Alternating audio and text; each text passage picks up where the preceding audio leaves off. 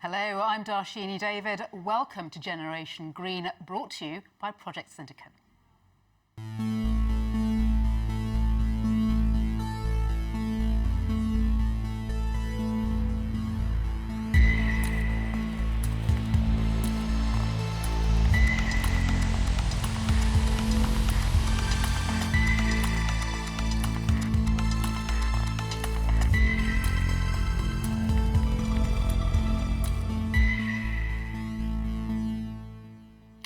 Humanity is at a turning point. Either we choose to dramatically change the way we live or fail to act and risk a rise in global temperatures that forces change upon us. One way or another, it seems likely that the next quarter century will be defined by climate change.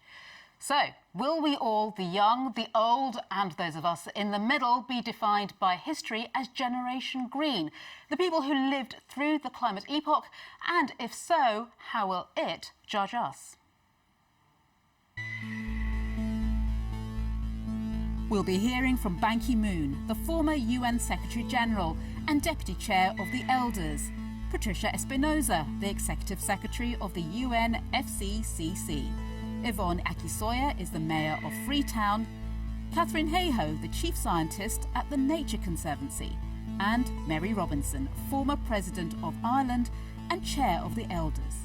We'll also be joined by a selection of the most exciting and important young climate activists from around the world. But the most important people we'll hear from today is you, the audience watching. So, do please join the conversation and get involved on social media using the hashtag #GenerationGreen. Speaking of which,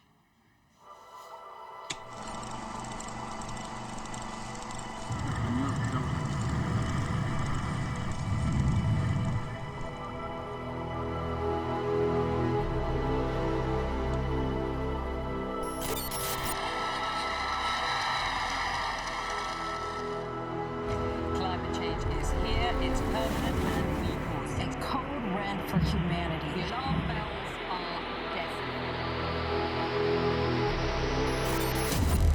May I just say to all delegates, I apologise for the way this process has unfolded.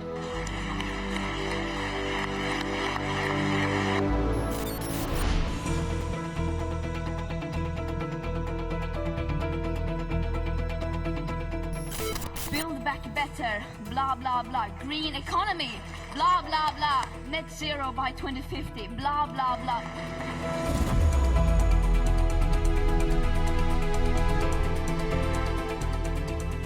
If working apart, we are a force powerful enough to destabilize our planet, surely working together, we are powerful enough to save it. In just a few moments, we'll be coming to our first panel of the day. But first, a quick word of thanks to our sponsors for the day. The Elders are a group of former world leaders. It was founded by Nelson Mandela, who worked for peace, justice and human rights. The Nature Conservancy are one of the most effective and wide-reaching environmental organisations in the world. So thank you to them.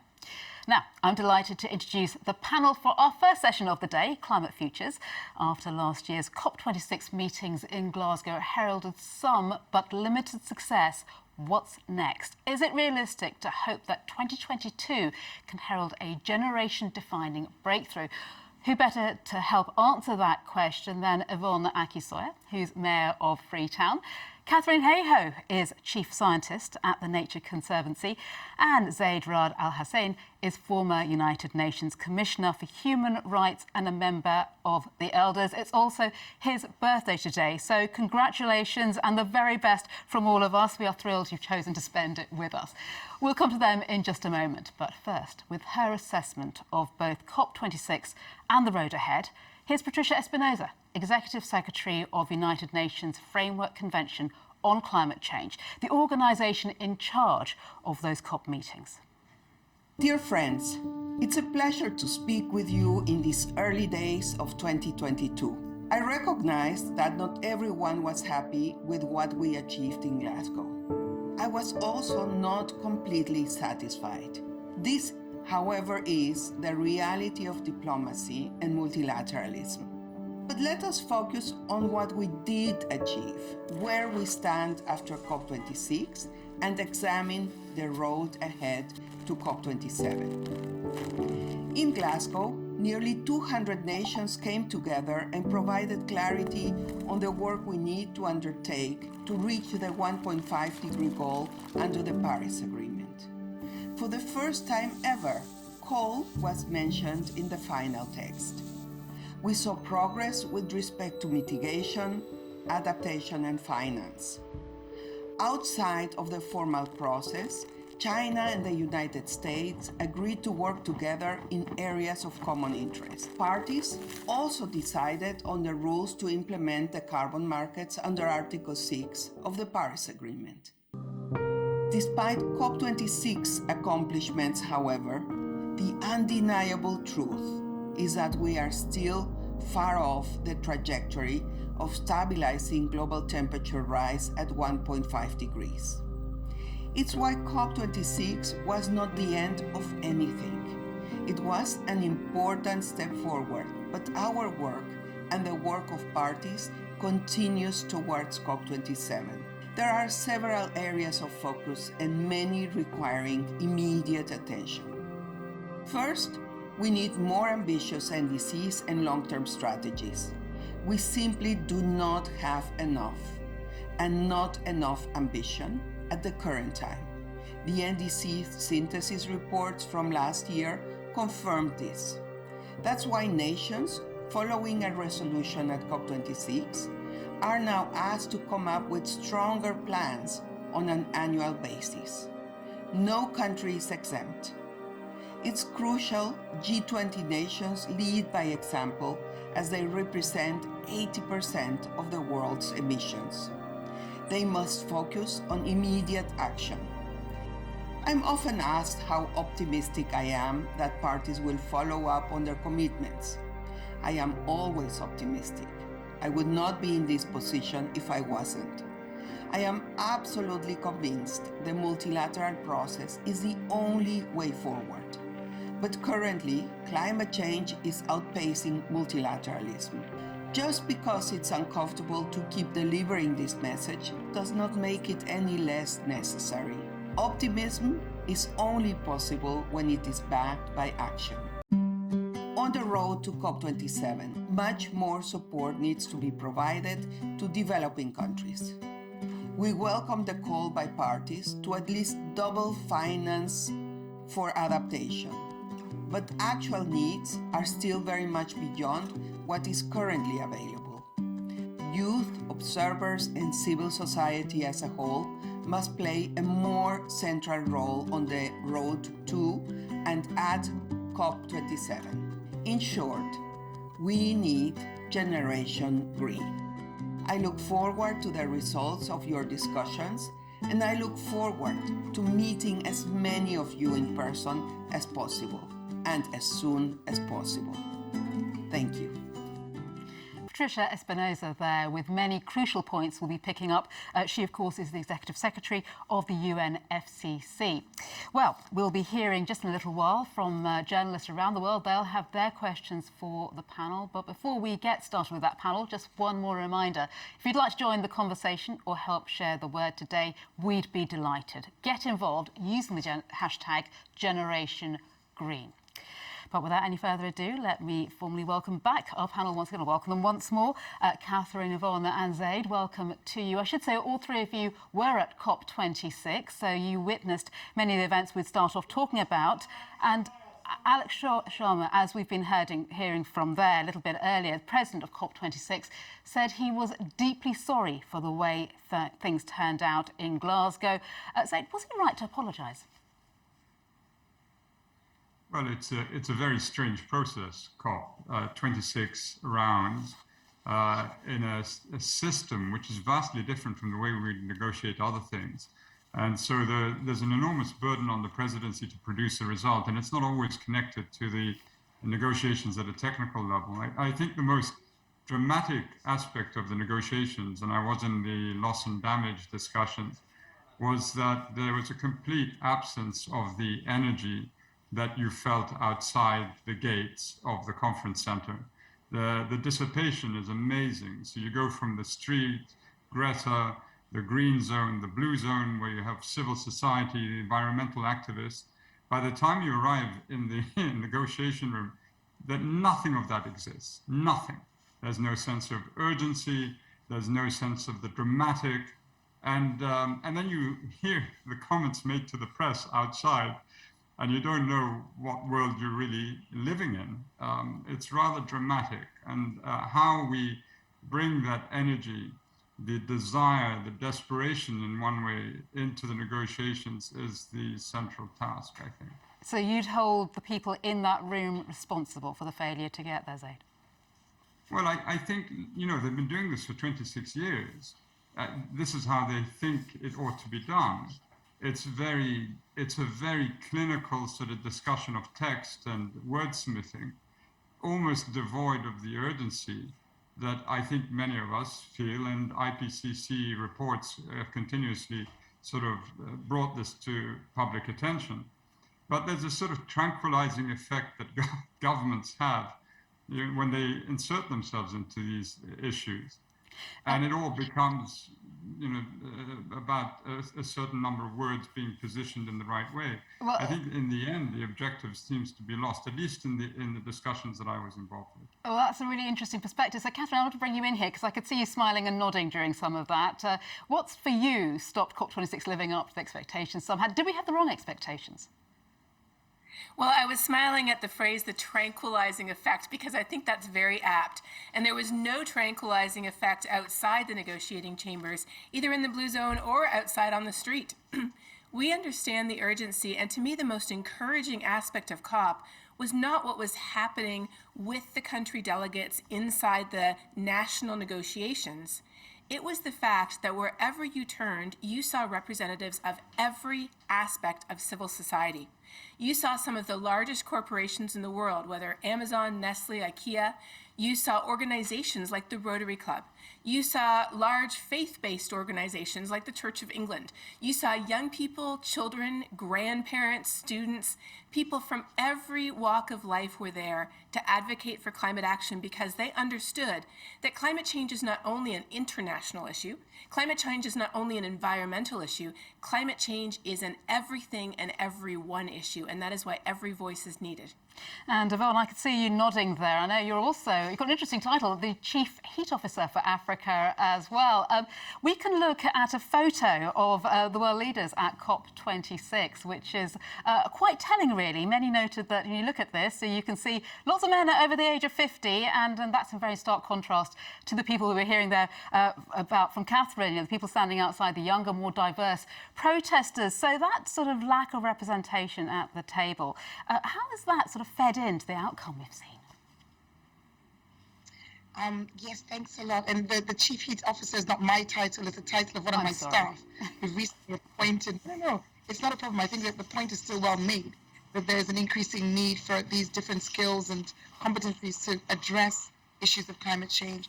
But to your point about the disconnect between not just the conversations that are happening within the negotiations, but and in fact, probably because those doing the negotiations sadly are not as representative of the people outside of that room, the people who are outside the gate and in different zones. But just picking up on what Zaid said, our task as we move in the run-up to COP27 is to change that dynamic, to ensure that the pressure, the excitement, the sense of urgency, which is outside that negotiating room, comes into the room. And as has been said already, there have been 26 COPs, and the pressure outside keeps building. And yet the cocoon, the bubble within that negotiating room seems to remain intact. And I think our challenge now, and there are many different sort of routes towards that, is to ensure that we break that bubble, and through voting, because that's beginning to make sure that those in the room feel the impact when it comes to their governance in their nation states. And talking of, the influence from the grassroots up, what was the interest, the awareness in Freetown of COP26, and what was the reaction to what happened? I'm actually surprised. I think this is the first COP that has caught the attention of our city and of our country. People followed it. Possibly because we had, I was there in my capacity as C40 Cities, and because of the work that we're doing in Freetown, on Freetown, the tree town, the planting of 1 million trees, we had quite a bit of media coverage. The government was there as well, and there was some contrast being made, again, in a way, very similar to what we're talking about on a global scale, that you have conversations that don't seem to be quite hitting the point in terms of the urgency, the practical interventions and policy changes that are required when you're speaking at that sort of national level, vis-a-vis what is being said by civil society, by women's groups, by youth movements, and indeed by cities. Let's talk a little bit of the possible action we could see, the solutions potentially. Zaid, just have a look at this. We're going to put this number up on screen. This is the number by the Climate Action Tracker showing what percentage of global emissions are now covered by net zero targets. We're up to 90%. Does that make you hopeful? These are just targets. Well, look, we can point to certain indicators and always feel or want to feel hopeful. It's a deep human desire, of course, because it's so intimately linked to our own sense of survival and purpose. But I think the countervailing trends are also frightening. If you look at the burning embers graphic in the IPCC report, it's a rather famous graphic. It shows you how perilous we are to total disruption of some very key and essential parts of the human experience. The food supply disruptions could be absolutely severe, food stability, food security, if we hit 2.0. And the projections take us beyond that. We're desperately clinging on, or hope to cling on to 1.5. But with the competency or incompetency and the mediocrity of so many sort of government leaders around the world, it will require other points of power, or let's say other hands on the tiller to sort of shift this. We can't simply depend on the very people who've landed us in this mess to sort it out. It will require a combination of key individuals, some in government, many outside, to turn this around.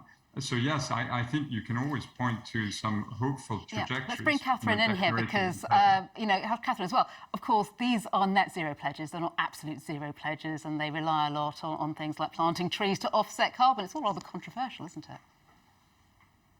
Well, I think Zaid was very clear that certainly this is a good step in the right direction, but it isn't enough. And it isn't enough because enough people still don't realize what's at stake. Climate change is still often seen as an environmental issue that we really should fix. But if we don't fix it, oh well, maybe we'll be okay. Unfortunately, that is not the case. It is not about saving the planet. It is about saving our civilization. As he said, it is our food systems, our infrastructure, our economy at risk. The economy cannot float around in outer space without the resources that this planet provides. And when we realize what's at stake, the question is not, are we doing too much or spending too much to try to fix the problem? The question is rather, we need to do everything we can. There is no such thing as too much. Otherwise, there will be nothing.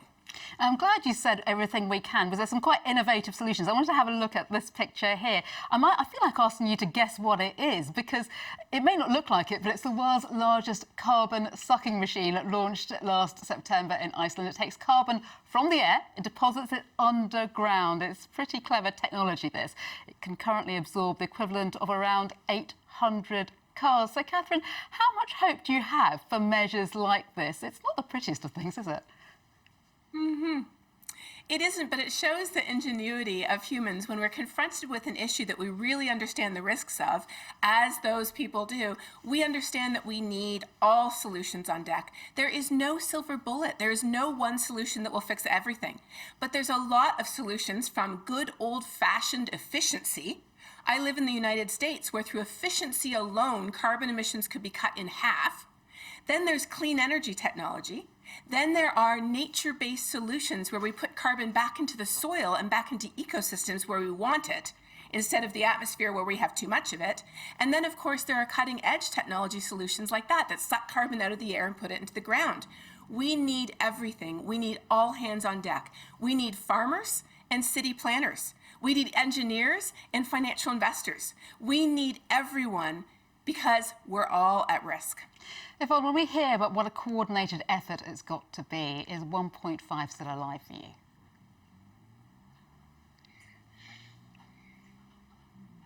The challenge we have is that 1.5 is what we need. And I think I just want to pick up on what Kate said just now, and also what was said by the UNFCCC president. We've got to be optimistic. We know that the data tells us now that 1.5, I think the expression that's being used is on life support, that we're likely to be 2.4, but 2.4 is already past the burning embers point. So, I mean, I think what's been missing, and let's come back to that description that was used earlier on, the sense of urgency, the sense of panic even, the sense of desperation that was experienced, was seen, was felt in certain quarters at COP, in contrast to that calm, sort of very, sort of staid, sterile negotiating experience within the negotiating room. We can't take our lives in our hands as we're doing. We can't talk about this like it's some nice to have. So I'm going to throw this back at you a little bit, Darshini, because you asked the question as if we have an option. And I want us to stop doing that. I want us to all actually talk as though, look, if this doesn't happen, we won't have a planet whose economy we need to protect. We won't have the people to protest about the jobs. Yes, we appreciate that those who continue to deny the science, who say that this is not real. Mm-hmm. We appreciate that there is this narrative which pushes back on what the science is saying. But increasingly, I believe we've got the physical evidence, our own lived experience, whether it's the fires, whether it's the floods, whether it's the melting ice, we are seeing it. And we need maybe a very powerful role that when we talk about who's going to help us change that temperature in the negotiating room by 2027, maybe the media is going to be a really big part of that push.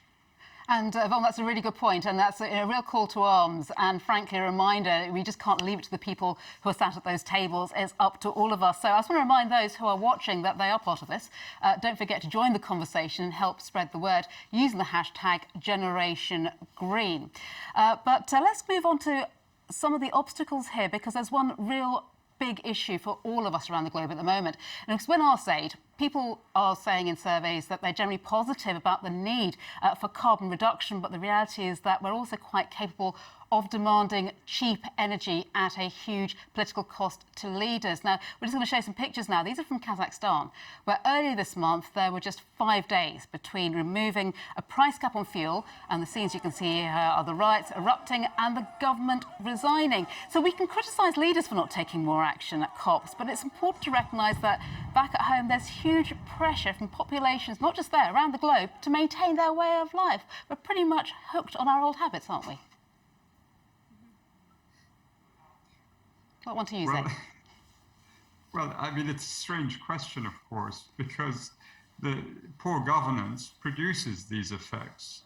It's not just a combination of the aggregate of policies, poor policy planning over the last 20 years that has led us here. It's poor governance that produces the reactions by populations. It's all part of the same thing. The climate change is a symptom of global poor governance. And we elect poor leaders. We indulge in superficialities. We turn everything into oversimplifications. And it's not to say that all of this is beyond our grasp. I think, Yvonne clearly made the case that we can change.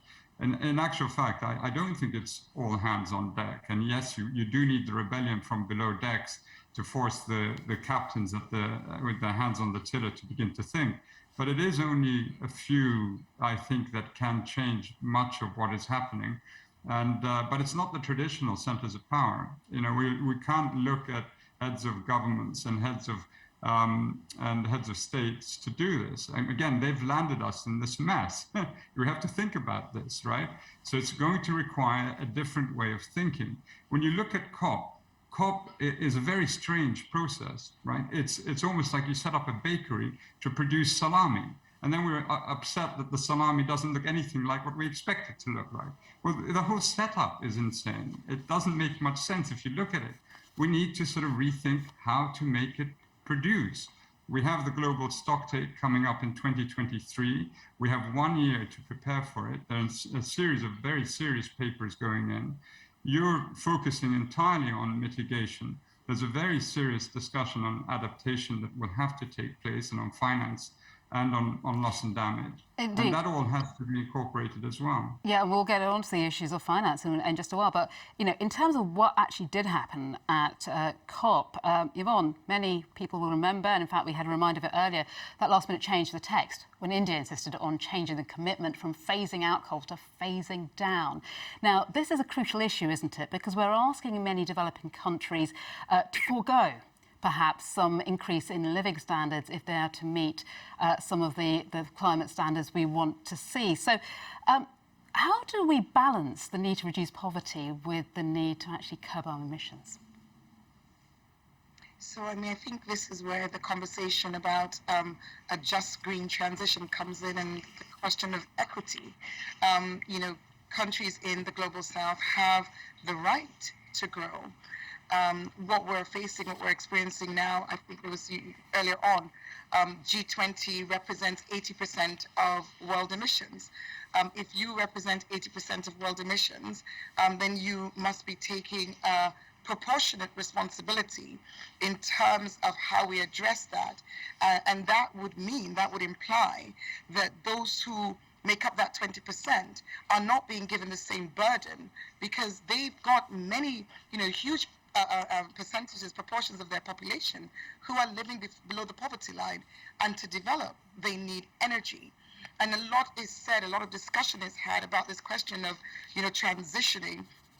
I've been in fora where we've seen multinational institutions, Bretton Woods institutions, introducing restrictions on investment on fossil fuel energy providers in countries where they have no base.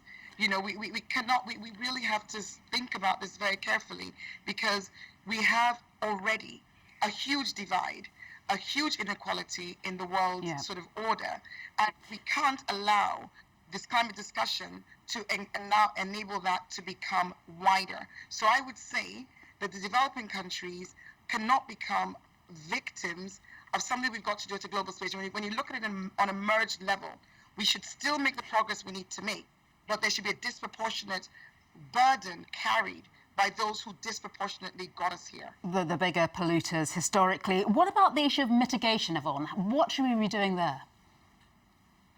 So mitigation is obviously goes hand in hand with where the emission is coming from. But as we've already, well, maybe we haven't said, but let's say it now. In as much as 80% of the emissions are coming from, the global north, there's a disproportionate impact, the consequences on the global south, which means that adaptation, becoming more resilient, having more infrastructure investment is needed in the global south. But this is another area where sadly COP failed us. We've been talking about, 300 billion financing gap. Commitments have been made in the past, they've not been honored, and here we are again. We've come to the end of COP26, and there's still no clarity.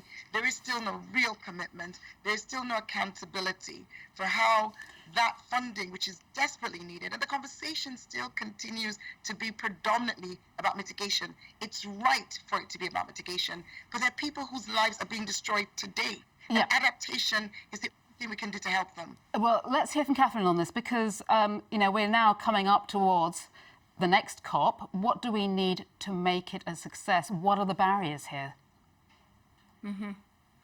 We have three choices when it comes to climate action. We can mitigate, which means reduce our emissions and take carbon out of the atmosphere. We can adapt and build resilience to the changes that are already here today that cannot be avoided, or we can suffer. And as John Holdren, a fellow scientist, once said, we are going to do some of each. The only question is how much. Because the faster we cut our emissions, the more carbon we take out of the atmosphere, the less adaptation is required and the less suffering there will be. And to put it a different way, there's... Oh, go ahead. Sorry, you were about to say something. I'll let you finish that. I was going to say the barriers are not scientific. We've known since the 1850s that digging up and burning fossil fuels produces heat-trapping gases that are building up in the atmosphere, wrapping an extra blanket around the planet. The barriers are primarily solution aversion. People think somehow that the solutions, the fix, the cure is worse than the disease. But the reality is there are many solutions that clean up our air and our water, help us grow more food, lift people out of poverty. Oh, and they help with climate change too. And we need to be implementing those solutions as soon as possible, as much as possible. Well, Catherine, when it comes to nailing down those solutions, we often hear the younger people speaking the loudest on the issues, but are they necessarily the ones who have the plausible solutions? And who should be speaking up on this? There are many solutions, and there are young people who are coming up with some of those solutions. But there are also people in the engineering sector, the finance sector, the business sector, the food sector, agriculture sector. There are incredible plethora of solutions everywhere we look. As I said, there's no silver bullet, but there are plenty of silver buckshot, so to speak, at every level. So whether we're speaking of an individual household or a city or a company or corporation, nonprofit, land management system, a country or a province, there are solutions at every scale that can be implemented. Some of them are agricultural solutions, some are nature-based solutions, some are planning solutions, engineering solutions, lifestyle choice solutions. There are solutions at every scale to implement, and we know what a lot of those are. Project Drawdown is a great resource that lists over 100 solutions. The barrier, again, is not knowledge at this point. The barrier is we don't think we can fix it. We lack a sense of efficacy. We don't think we can make a difference, but the reality is our action is the only thing that can. So get up there and do it. Well, Zaid, you're a member of the Elders. Now, that organisation often speaks about the need for hope when it comes to world events. But really, hope, is that what we need to overcome these problems, or do we need to see something a bit more tangible, a bit more hard-edged and leading by example? Well, it's both. Nothing is mutually exclusive, right? We need hope. We need to think in a very practical manner, basically, and that's what is being done. The whole concern is, would it be too pinprick? Would it be too late? Would the epitaph of the human experience be, they finally managed to get their act together, but it was too late for them, and it was too late for the biosphere. The rate at which biodiversity is being destroyed, our inability to, implement the pledges, the declarations. We're very good at actually conceiving of solutions, but following through right to the end seems to be very difficult for humankind, for the political bodies that sort of are charged with doing this. And that we have to somehow change that. It's no good just starting an initiative, but it's expanding it and financing it, and then bringing everyone along with it. And so, yes, of course, we have to be hopeful, but we're perilously close to the edge. And I think the critical thing is that there's a very narrow band of our within our sort of life experience where we need to be excited enough to do something, but we don't want to also panic if we're driven too far, and we don't want to be driven into a sense of despondency and believing that it's all hopeless. And it's working within that narrow band of sort of a fizz, if I could have, that produces the most creativity and thought, thinking through this.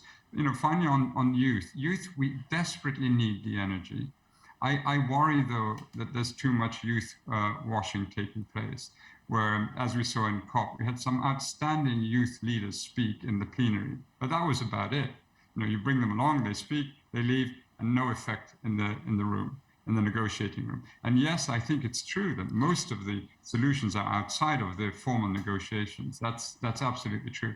But there has to be also a nexus to what is being discussed in detail, because all those issues are going to, as you said in the beginning, they're just going to grow in importance over the next few years, and we have some very big issues coming down the track. We have some big issues, and we also have to bear in mind who's going to be most affected. Yvonne, if you take a look at this map, I'm sure you're not going to be surprised by what it shows, because it shows the median age around the world in 2050, and by then we're likely to be living in a climate that is transformed in many ways.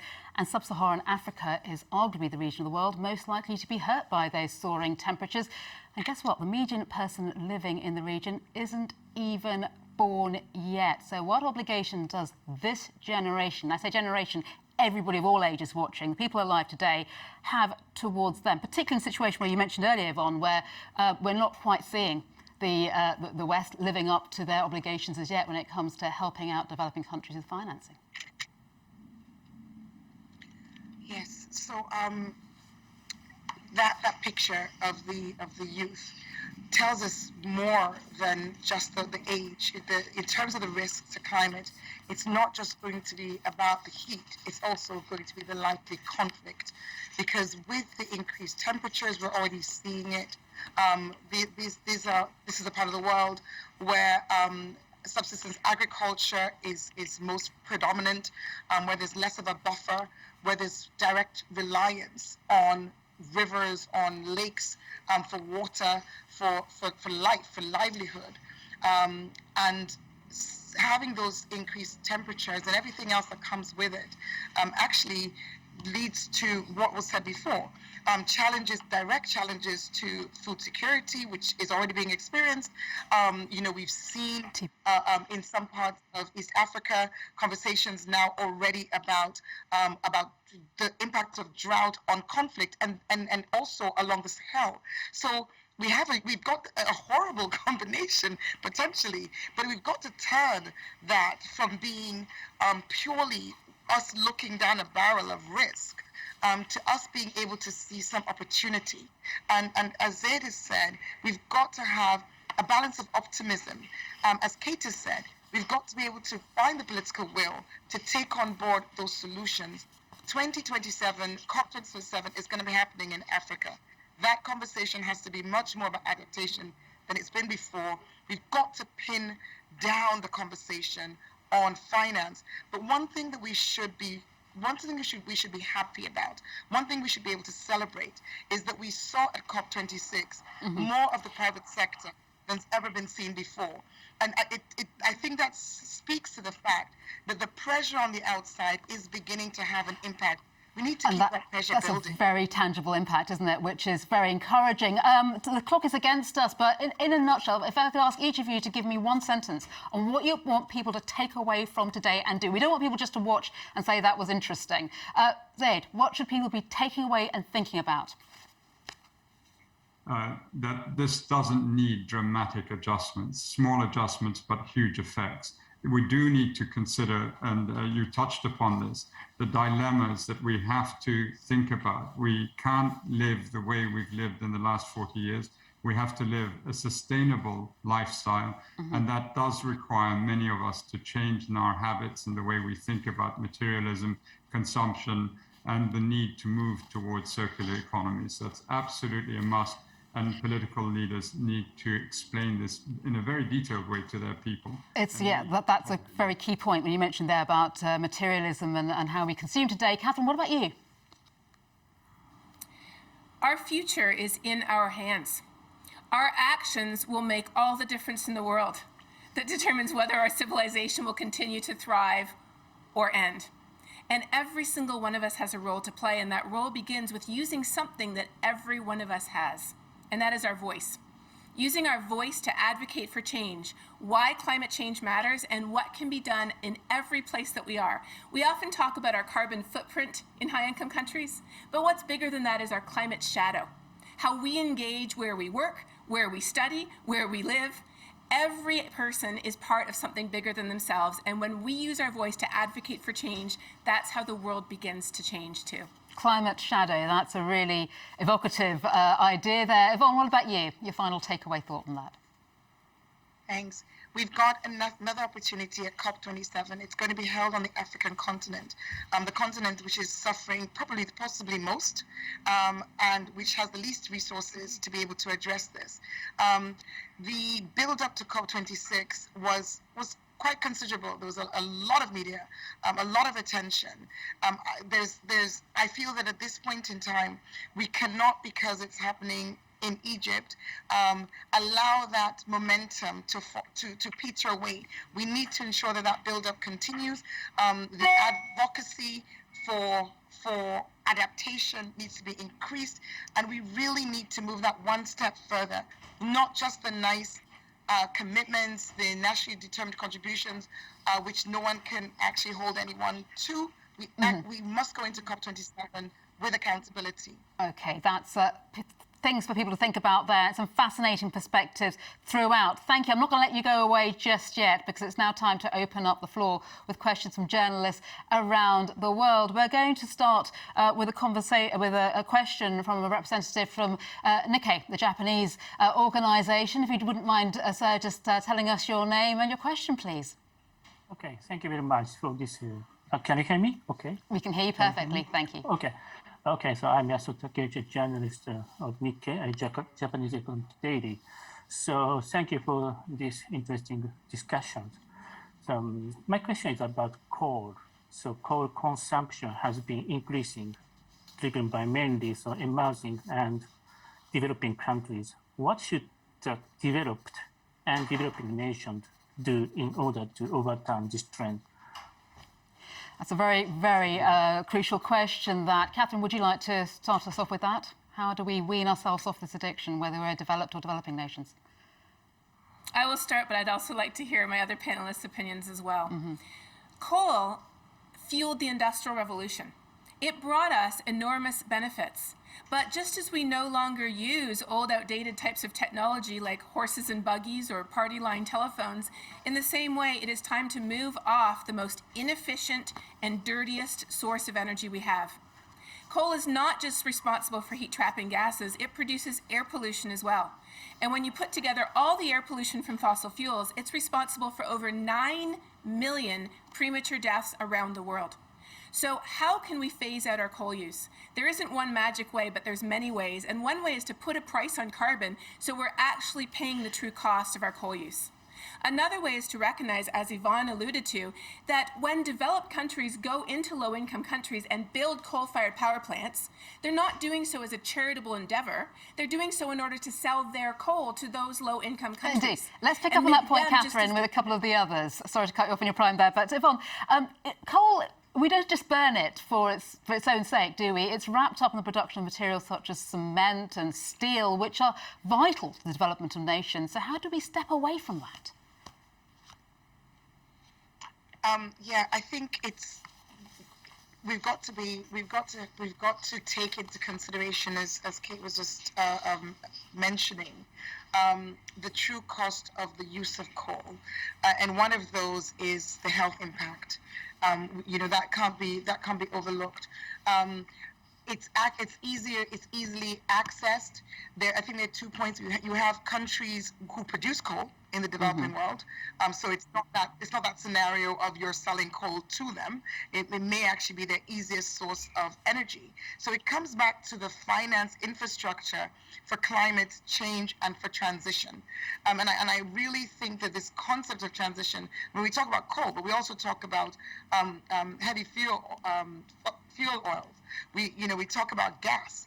I think there needs to be, in every situation, an understanding that developing countries are going to need access to energy, and so when it comes to financing for that energy, it's about making subsidies available. It's about making concessions. It's about really providing options that make coal not your A1 choice, because if coal is your A1 choice, your choice between being able to fire industry and have growth or not, then guess what? Countries who didn't enjoy the Industrial Revolution, who want to now have the Industrial Revolution, are going to go for coal. So we have a global responsibility. to actually provide options. Alternatives. I want to get as many questions as we can from as many journalists in. So let's move on and hear from a journalist at The Standard from Kenya. Please introduce yourself and tell us your question. Can you hear me there, Lynette? Yes, I can hear you now. My name is Lynette Otieno, a journalist at the Standard Media Group in Kenya. My question is also around coal, and what I wanted to know is, what do you think? How realistic is it? Is the commitment at the COP26, where at least 65 countries or economies to quit coal dependence in 2030 for the big nations and the 2040s for the developing one? Like, how realistic is this for the desired, to achieve the desired 1.5 degrees Celsius goal? That's a really important question. Thank you, Lynette. Zaid, will you answer that one for us, please? How realistic is it that we can actually meet these commitments? Oh gosh, you know, if first of all, the age of the prophets has long gone, and we're so poor at predicting outcomes. Especially in cabinet rooms around the world. It's difficult, right? You hope the light comes on and the penny drops and they realize that this is no longer a matter of spin and a matter of marketing, but that you really have to go deep and you start to think in a very considerable way about good governance and what it requires and the financing required to help you with the alternatives. You know, when we speak about mitigation and adaptation, we speak about them as two separate things.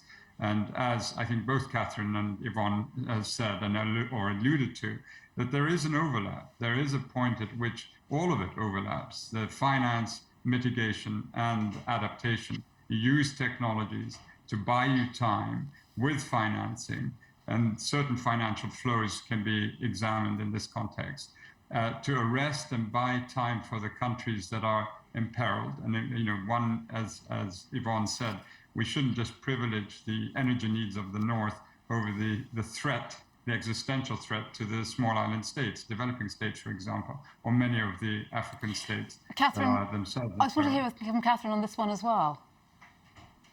Mm-hmm. See you shaking your head, it looks like. It really is. That is what is at stake. It is people's entire countries. And so, for example, at COP26, one of the most discouraging situations was when those small, low-lying island states, when they heard that other countries were not going to take the actions that they had hoped, they realized that in many ways that was almost a death knell for some of their states. Again, what is at risk is not just, you know, the environment. What is at risk is everything. We humans cannot live without what this planet provides. And although some of us may be more vulnerable than others, and some of us are already suffering the impacts much more today, and those are the ones who have done the least to contribute to the problem, make no mistake, we are all at risk, and that is why action is needed so urgently at every scale. I've got another question coming in here. This is from Catherine Duan from the North America Bureau. She's the North America Bureau Chief, at Sina Finance from China. She says, with the ongoing pandemic and various disasters caused by extreme weather events, the current global economic recovery looks like it's going to slow. So how can ESG concepts play a role in promoting global sustainable development? Yvonne, what do you think? I think the slowdown of the economy, the challenge that we're facing with the pandemic, we've got to appreciate it, as we've all said several times now, that we don't have an option. Being able to continue to progress with the commitments made at COP, with the waste solutions, etc., that have been mentioned, is really the only way forward. Our context will continue to be challenged. We can't use it as an excuse at any point in time. I want to hear from all our panelists on this one, and we're running out of time. So, Catherine, what about you? Just briefly, if you will. Traditionally, ESG has focused on mitigation, but as my fellow panelist has emphasized again and again, adaptation and building resilience is absolutely essential as climate change is loading the weather dice against us. we see that many of our devastating extremes, heat waves, wildfires, tropical cyclones, and droughts, are getting more strong, more intense, more damaging in a warmer world. And building resilience is just as important as reducing our emissions, but we have to do both. Yeah, because if we don't cut our carbon as much as possible, we can't adapt. And what about you, Zaid? Well, most of the financing for E has been in pollution reduction traditionally. It needs to move more into renewables. But correspondingly, and there was this discussion in Glasgow where the financing would be 50-50 adaptation, 50% mitigation. And that's, I think, wrong, because almost all the private sector financing is going into mitigation. So all the public sector financing should be in adaptation. It really should be in adaptation, 100%. We need to redivert those funds. Absolutely. We've got time for one more, and I know we've got a representative from the Globe and Mail in Canada waiting patiently in the wings. Would you like to give us your question, please? Oh, there we are. Yes, my question really relates to, I think, what Zaid mentioned, which is the bakery / salami shop that is COP.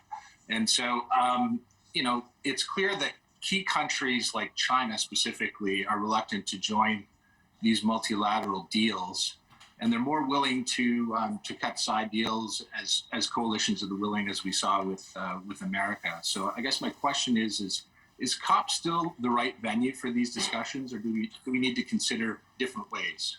Okay, that's a really good final question for us, Zaid. What about you? What do you think? Is, in a sentence, is this the right kind of forum?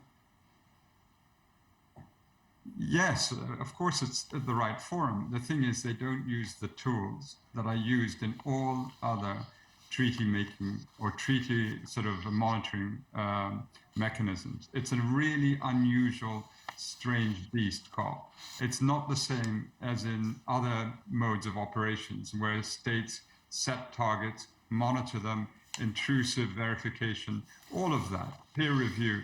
Why doesn't it exist in climate change? It's something really amazing. That's a really good point. Right, I want to hear from the other two before we go as well, because we're literally down to 30 seconds each. So, Yvonne, you first. Are COPs out of date? It's what we've got, and we've got to have time to change it fundamentally. So, as Zaid has said, we need to improve on how it works. Okay, that was short and snappy, and thank you. And what about you, Catherine? Essential, but not sufficient. We need action at every level. And in Paris in 2015, the cities gathered in Paris to talk about what cities could do. Corporations gathered to talk about what corporations can do. COP is essential, but again, it is not sufficient. We need everyone.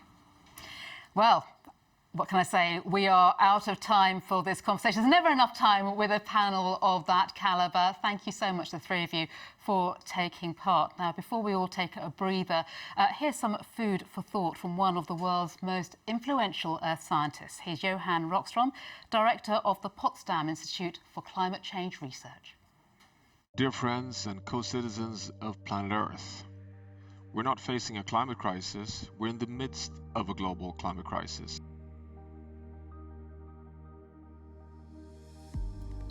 At 1.2 degrees Celsius of global warming caused by us humans, we're in the warmest temperature on Earth since we left the last ice age 20,000 years ago. We went to COP26 in Glasgow on a pathway to disaster, moving towards 2.7 degrees Celsius by the end of this century, a place we haven't been in for the past 4 to 5 million years. We left COP26 in Glasgow on a pathway to danger.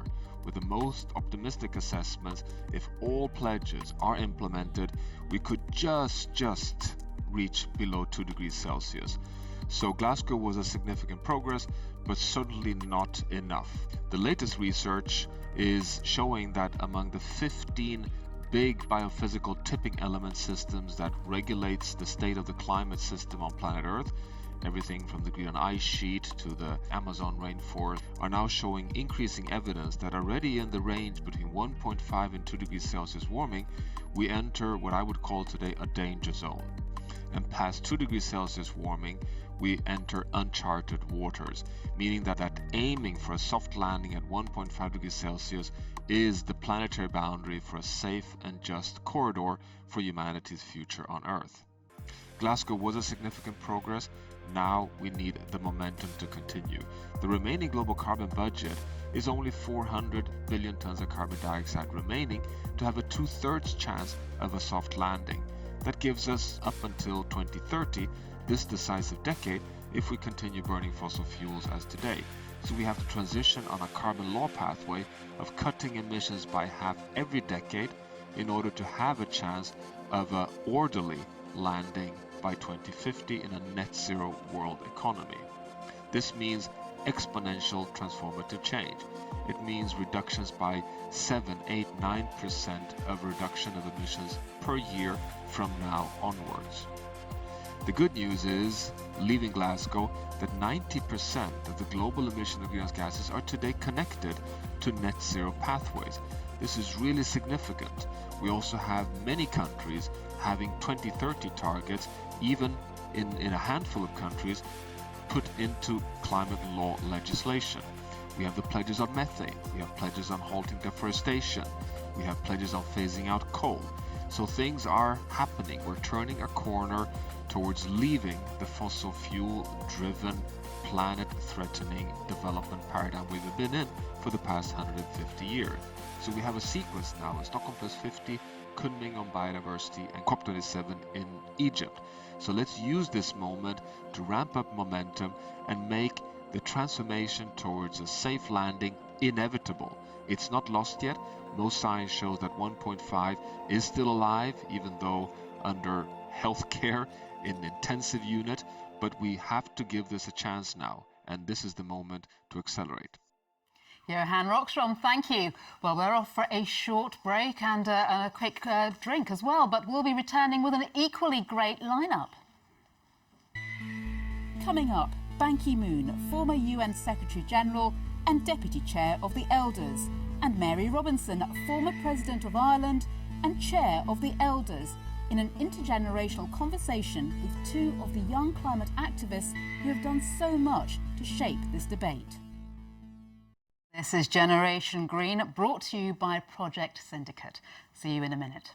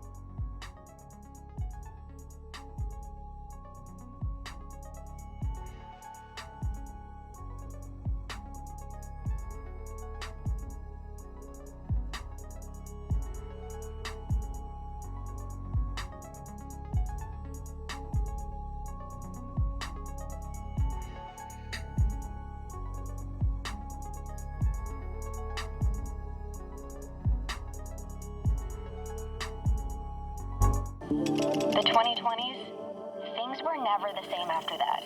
That's when we saved the world. Only we almost didn't. It all changed once we realized the difference working with nature could make. Back then, we were all about electric cars, renewable energy, reducing our dependence on fossil fuels. And they were all crucial, but on their own, they never would have been enough. We were already facing an extinction-level threat. We thought we were doing a lot, but we needed to do even more. Enter nature. The most sophisticated system for processing greenhouse gases in the universe only had hundreds of millions of years on us. We had to stop the planet from warming more than 1.5 degrees Celsius compared to the start of the 20th century. Turns out we had to be kind to nature. Hear me out. Stopping the destruction of existing forests, grasslands, and wetlands pulled 3.9 billion metric tons of carbon out of the atmosphere. Smarter farming and forestry techniques cut another 5.1 billion tons. And restoring the forests and wetlands we had lost scrubbed another 2. That's 11 billion tons of carbon removed from the atmosphere. That's like a string of SUVs stuck in bumper-to-bumper traffic stretching from here to the moon 56 times over. That's 1/3 of the emission reductions we needed. How's it work though? Pick a tree. Any tree. Look closer. Trees do this awesome thing called photosynthesis where they soak up rays of sun and pluck carbon from the air to feed themselves. They literally eat the stuff that traps heat in our atmosphere. And have you heard of mangroves? They're like trees, but they live along the coast near bays and beaches. They became all the rage when word got out they could store 5 times more carbon than their landlocked counterparts. Plus, as they age, trees, all plants really, deposit their carbon into soil. Other plants use that to grow, some of which get eaten by animals, like us, which release carbon back into the atmosphere, starting the whole process over again. It's called the carbon cycle. And it worked really well for a really long time until we overloaded the system by burning fossil fuels and cutting down too many of our forests. It can look very natural now, but protecting and restoring nature at a global level was one of the hardest things we've ever done, and we still had to reduce our dependence on fossil fuels. But once we realized it would take more than switching to renewable energy, once we really partnered with nature to reduce our carbon footprint and also to live on a better planet, that's when we really started to save the world.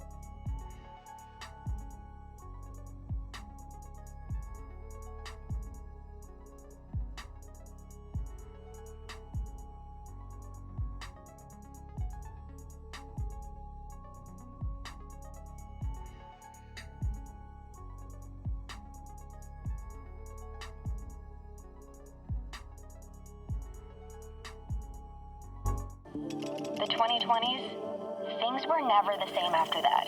That's when we saved the world. Only we almost didn't. It all changed once we realized the difference working with nature could make. Back then, we were all about electric cars, renewable energy, reducing our dependence on fossil fuels. And they were all crucial, but on their own, they never would have been enough. We were already facing an extinction-level threat.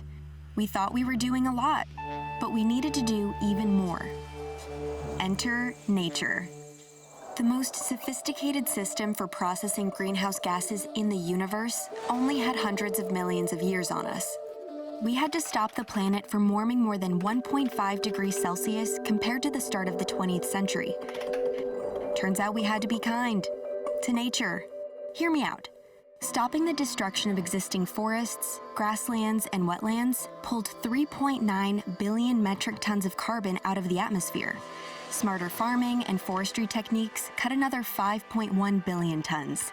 And restoring the forests and wetlands we had lost scrubbed another 2.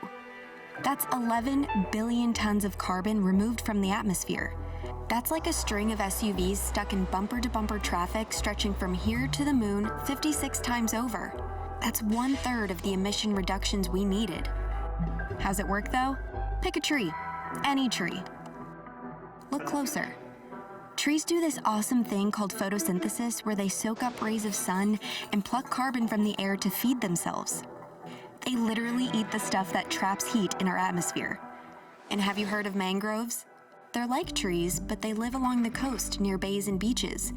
They became all the rage when word got out they could store 5 times more carbon than their landlocked counterparts. Plus, as they age, trees, all plants really, deposit their carbon into soil. Other plants use that to grow, some of which get eaten by animals, like us, which release carbon back into the atmosphere, starting the whole process over again. It's called the carbon cycle, and it worked really well for a really long time until we overloaded the system by burning fossil fuels and cutting down too many of our forests.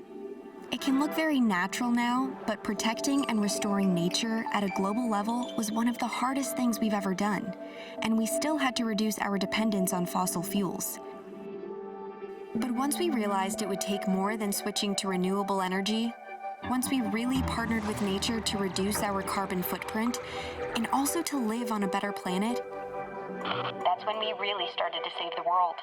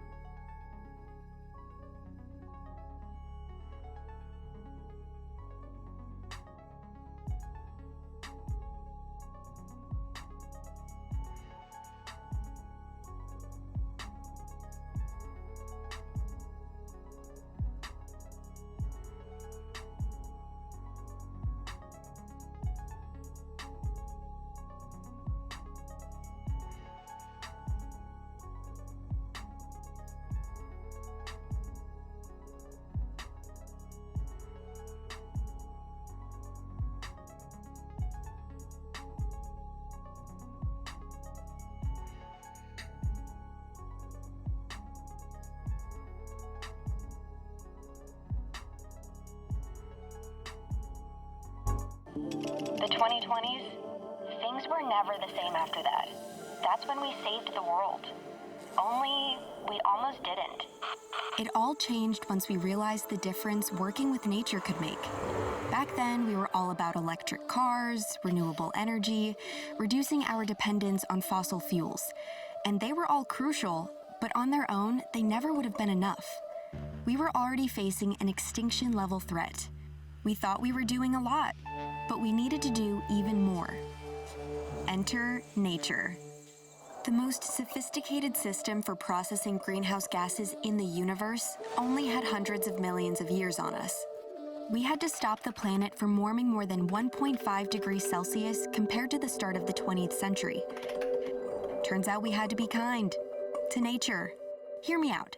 Stopping the destruction of existing forests, grasslands, and wetlands pulled 3.9 billion metric tons of carbon out of the atmosphere. Smarter farming and forestry techniques cut another 5.1 billion tons. And restoring the forests and wetlands we had lost scrubbed another 2. That's 11 billion tons of carbon removed from the atmosphere. That's like a string of SUVs stuck in bumper-to-bumper traffic stretching from here to the moon 56 times over. That's 1/3 of the emission reductions we needed. How's it work, though? Pick a tree. Any tree. Look closer. Trees do this awesome thing called photosynthesis where they soak up rays of sun and pluck carbon from the air to feed themselves. They literally eat the stuff that traps heat in our atmosphere. And have you heard of mangroves? They're like trees, but they live along the coast near bays and beaches. They became all the rage when word got out they could store 5 times more carbon than their landlocked counterparts. Plus, as they age, trees, all plants really, deposit their carbon into soil. Other plants use that to grow, some of which get eaten by animals, like us, which release carbon back into the atmosphere, starting the whole process over again. It's called the carbon cycle, and it worked really well for a really long time until we overloaded the system by burning fossil fuels and cutting down too many of our forests. It can look very natural now, but protecting and restoring nature at a global level was one of the hardest things we've ever done, and we still had to reduce our dependence on fossil fuels. But once we realized it would take more than switching to renewable energy, once we really partnered with nature to reduce our carbon footprint and also to live on a better planet, that's when we really started to save the world.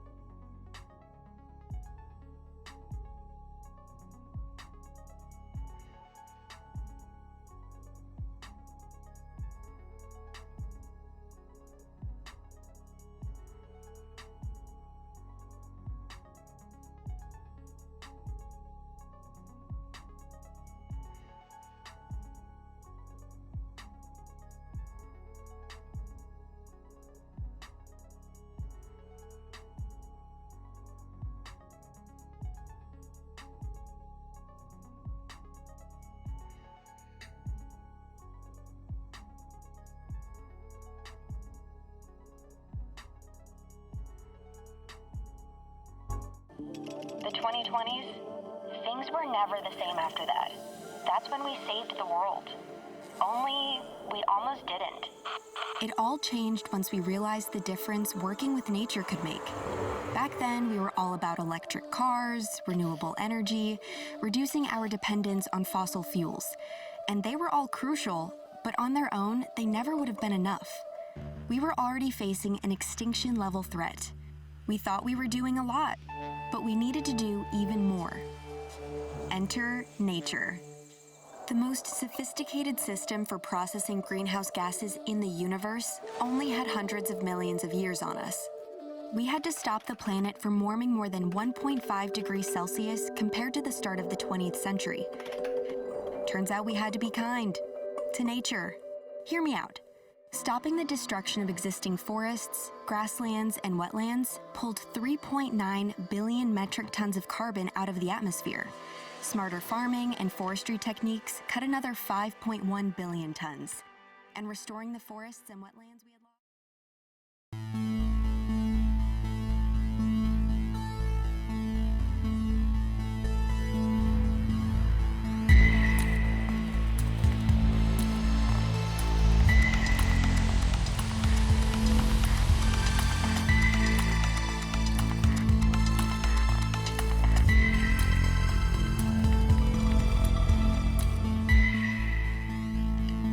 Hello and welcome back to Generation Green, brought to you by Project Syndicate. I'm Darshini David.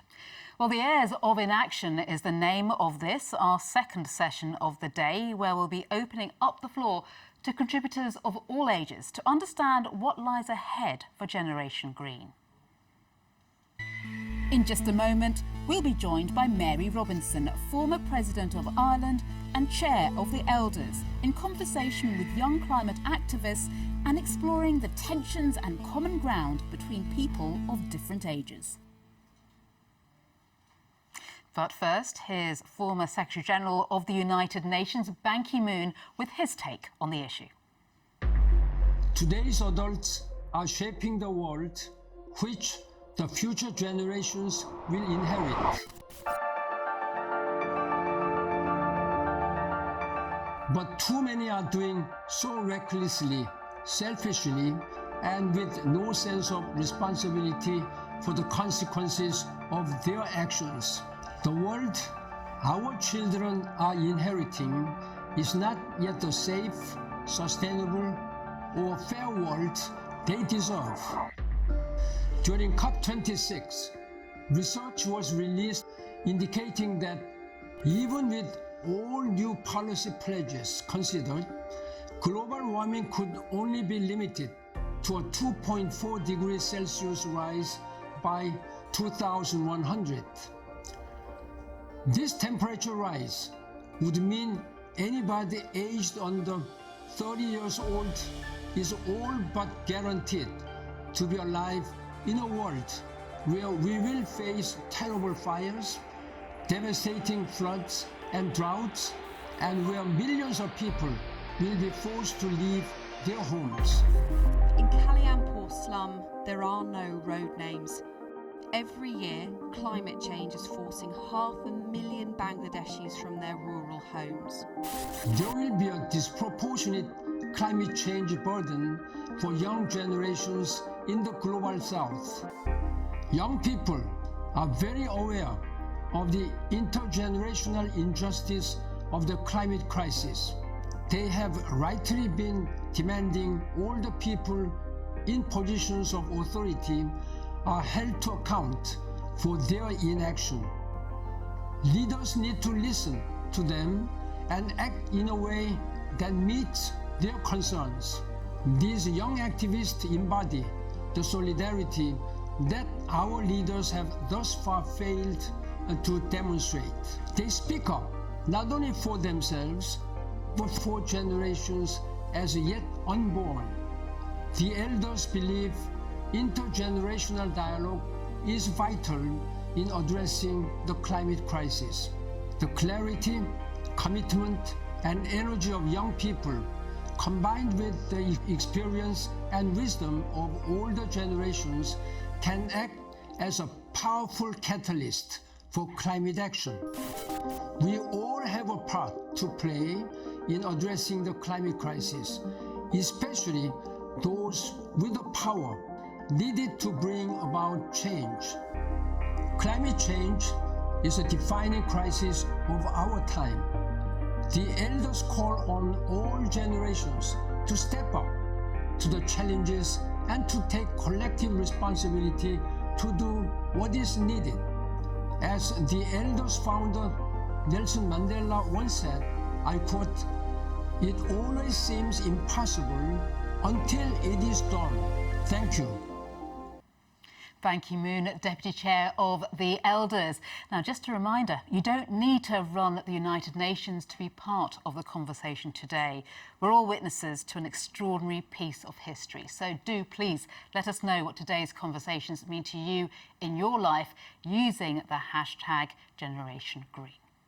But now, we've been hearing about them throughout today's programme. Youth activists have helped shape the climate movement and pushed it up the global agenda in a way that so many similar movements simply fail to do. We'll be giving young people the centre stage. In just a moment, we'll be hearing from two activists. They are Mitzi Janelle Tan and Elizabeth Wanjiru Wathuti, in conversation with Mary Robinson, the former president of Ireland and chair of the Elders. But first, young voices from around the world assembled with the help of One Young World.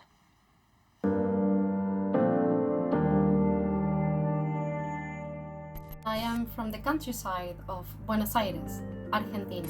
India. Latvia. Nigeria. Bangladesh. The United States of America. And I'm from Honduras, which is one of the most vulnerable countries in the world to the adverse impacts of climate change. Our communities are being affected more frequently by extreme heat waves and wildfires. Cyclones, tidal waves, landslides, river erosions, temperature rise, and water scarcity. Overflooding that happened during rainy season.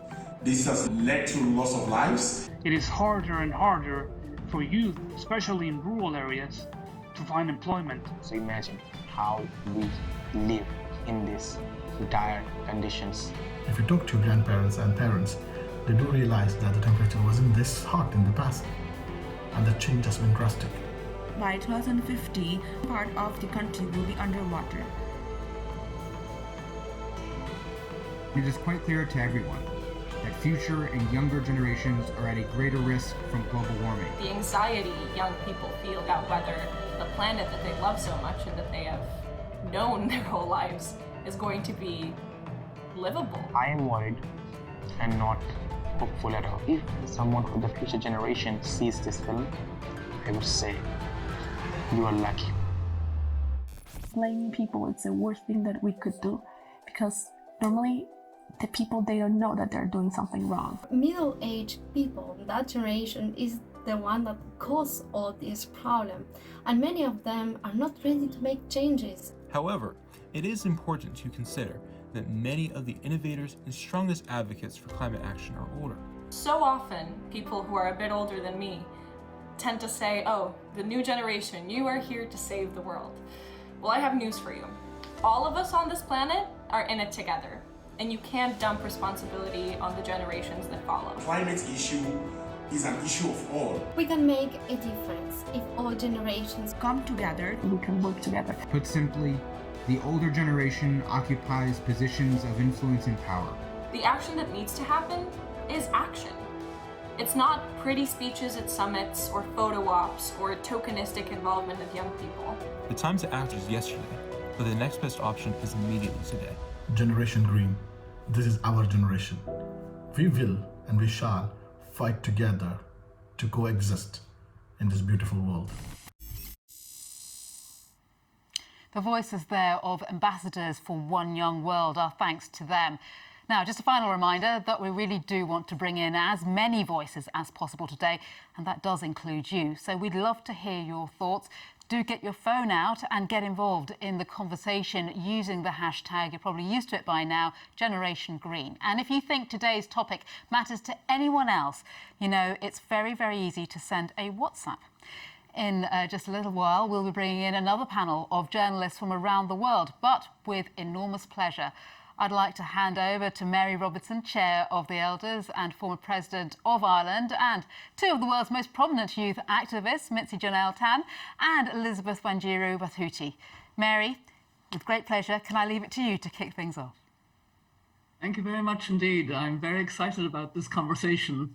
I'm interested, I hadn't heard it put that way, heirs to inaction, meaning you're loaded, the younger generation, with the failure of my generation and the generation after me to take the steps we should have taken. And of course, I accept that responsibility. But I'm glad to say that I had the pleasure at COP26 of meeting both Mitzi Janelle Tan.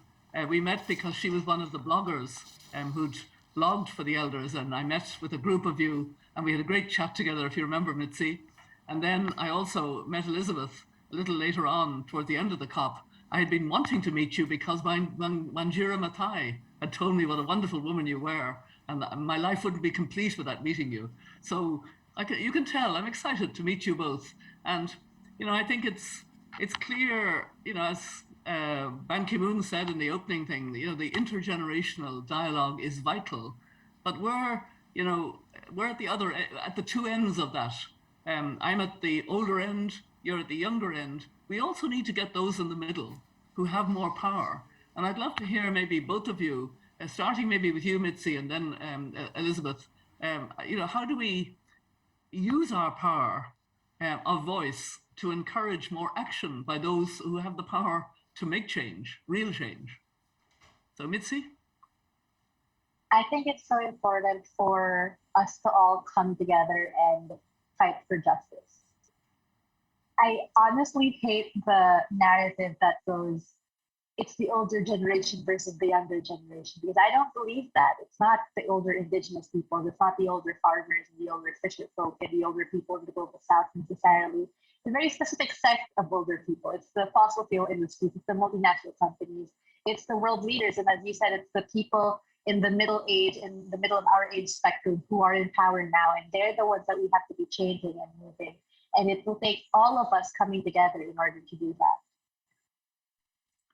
that. Elizabeth, you know, when you come in, you said something interesting, you know, a while ago about needing also to show our feelings for this. And so I'd like you to speak about how we get the middle in, the powerful middle, and how we make them empathize with what we're talking about. One of the ways I would say that we can make everyone to be a part of this is to accept the fact that we have a serious issue of intergenerational inequity, and then make sure that we understand that the people who are in high levels of power right now are not the ones who are going to be the most impacted by the decisions that are being made today. It's going to be the young people. But again, in order to change everything, we will need to have everyone on board. And I strongly believe also in the power of using love and compassion, the power of making sure that people understand and feel it in themselves to understand the injustices that have gone into the climate crisis. And this is only going to happen if we also deal with the crisis of both listening and feeling. We have to listen to one another, and then we have to be able to feel the consequences that we have brought to other people that have least contributed to this crisis. Yeah, you know, I like the way both of you have responded, and I think we do have more sense of urgency about this crisis. There's no doubt about that. And I think we're more focused now on the need to reduce emissions, mitigation, the need to help adaptation. I hope we'll talk more about loss and damage, because that's extraordinarily important. But I'd like both of you, because the video that we saw made it clear, we will not get there without nature-based solutions. I know both of you have been involved in, and particularly you, Elizabeth, so I'll start with you this time because I know the work. You planted your first tree at the age of 7. I wasn't even thinking of climate until much, much later in my life. So I want both of you to talk about the importance of nature-based solutions being fundamental to being able to achieve a sustainable world. So Elizabeth first. Every time I talk about nature, I love to insist on the fact that we are nature, and we cannot act as though we are not a part of nature. And so as the entire human race, we have to understand that we really need nature to be able to tackle the climate crisis, and also understand that we are both in a climate and the ecological crisis. And unless we halt nature destruction right now, then walking backwards when it comes to tackling this crisis. And there are so many ways in which we can nature-based solutions, and it's really great to see that most of these solutions are being led by young people, especially from countries in the global south that are the most impacted by this crisis. And these are solutions that are every day helping people not only be able to connect with nature, but also helping us in terms of tackling the climate and the ecological crisis. And so I think what is happening right now is that we need to bring nature into the conversation. And it was great to see nature really being discussed at COP26, but really what needs to happen is we need to have immediate action when it comes to nature-based solutions, and then all the solutions that are happening right now need to be fully funded as well. And it's vital to also realize that in addition to focusing on nature restoration, it's also important that we make sure that we are keeping the remaining natural ecosystems intact. And that is something that we most often not talk about, because there are also big corporations and industries that are using nature-based solutions and as an cut emissions. So we cannot fail to discuss the two issues at the same time. Do you mean when you say big corporations, the sort of offsetting that's going on? So buying, offsetting, that may be no quality at all, just planting numbers of trees in bad places and they die, and then they plant more trees. Is that what you're talking about? Exactly. And I think it's a missing conversation, because we need to be saying that in addition to stopping investments in fossil fuels, we also have to massively increase nature regeneration, and then make sure that we stop every action that is fueling deforestation and fueling nature destruction. But most often we find the greenwashing aspect of it, where people are saying that we are planting trees, but then they're using that as an excuse to not. So it has to go a long way. It has to be two ways. We have to cut emissions, and at the same time make sure that we are increasing nature regeneration. Yeah, and I love the way you started your answer by saying we are nature. I think it's really important that we feel that more, that we know that more. I've learned a lot from Indigenous peoples, and I'm still, I think, a little bit distant from able to say, I am nature in the way that you did. But I really need to work at that because it's true, and we need to think about it. So Mitzi, how do you see nature being part of the solution? And the Philippines has been terribly affected by climate. Talk a little bit about your own country and what you're doing on nature-based solutions there, maybe. I agree so much with what Liz mentioned about how we are part of nature. I think colonialism and capitalism has made us think that nature is something that we are a part of, a resource to be used, but we are part of the ecosystem and we have to protect it. And it's so important that when we talk about the ecological and the climate crisis, we stem it into that colonialist history that we're seeing, that's why we're viewing nature as something that can just be used. And that's why we're, planting trees in the name of the environment, but really just to cut it down and using that as a carbon offset. And it's so important that we really demand not just nature-based solutions and not just mitigation and adaptation from world leaders, but really emission cuts are so important. In the Philippines, as we mentioned, we have been hit by typhoon after typhoon after typhoon, yet the projects that are being prioritized here are projects that are cutting down mangroves, projects that are making man-made white sand beaches, reclamation projects to have airports. And so we're holding campaigns constantly to make sure that these mangroves are protected, so that the fisher folks are also protected, because it's really them who's defending the oceans and we're only joining their fight. Yeah. And,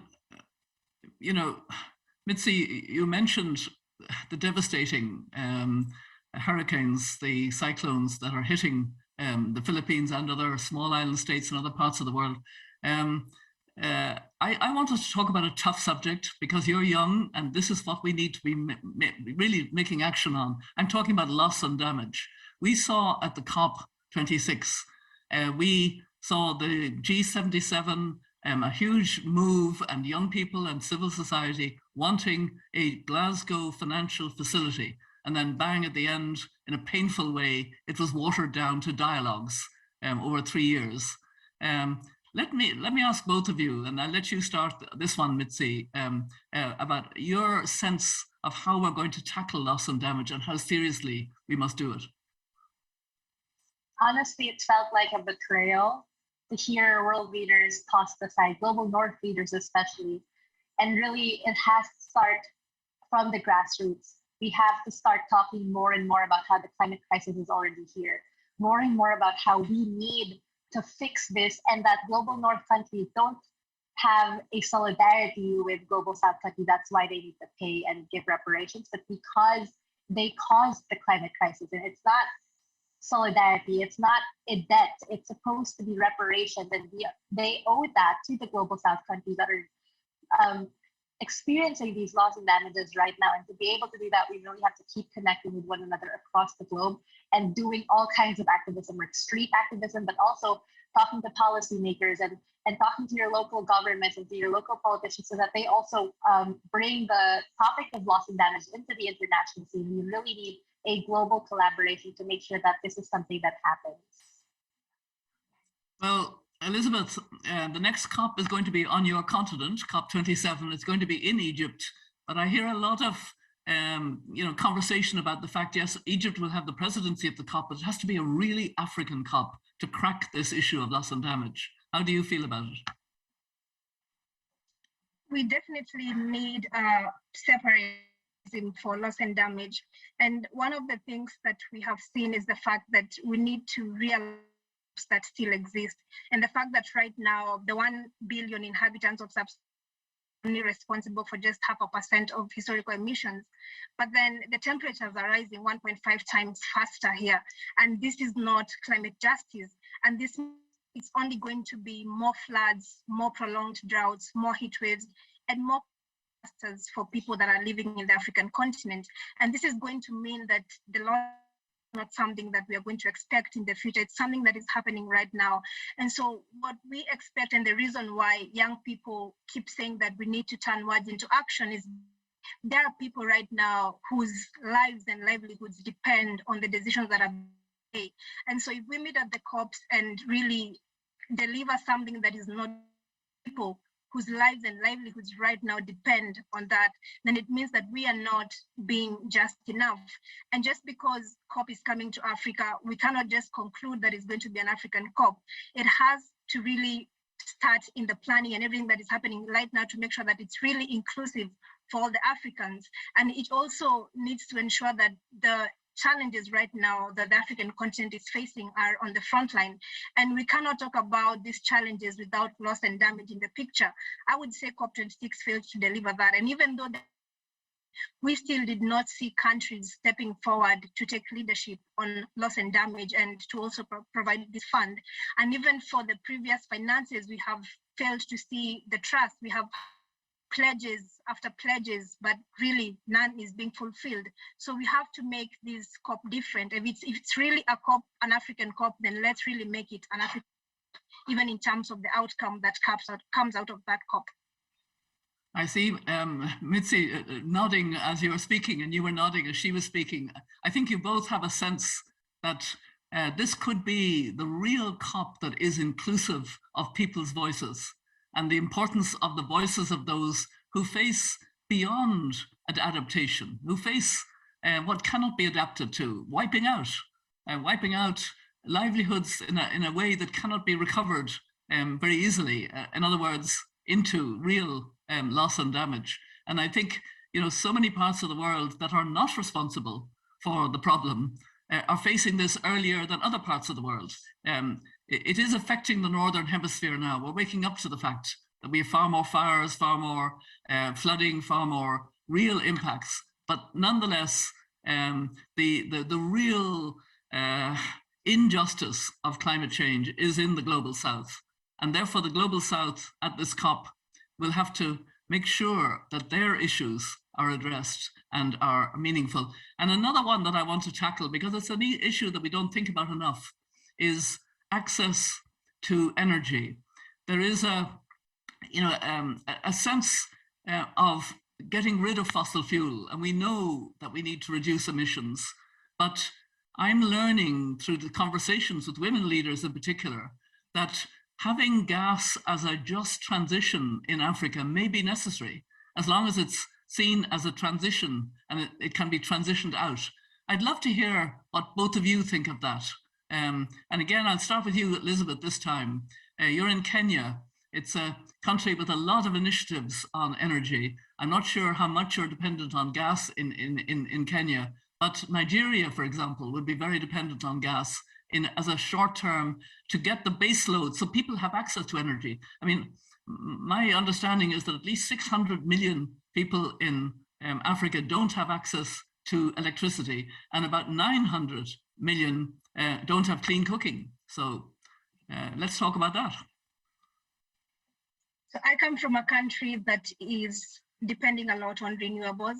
But again, when it comes to transitioning, we cannot forget that we need to have a just transition and also realize that really most of the African countries really also still have a challenge to access to electricity, like you have mentioned.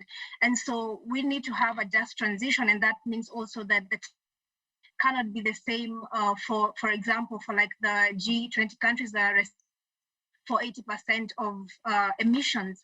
And we cannot forget to look at historical emissions as well when it comes to a just transition. So we have to also realize that we're talking about a continent contributed to less than 5% of the global greenhouse gas emissions. So every plan that we are coming up right now in terms of transitioning, it has to be just.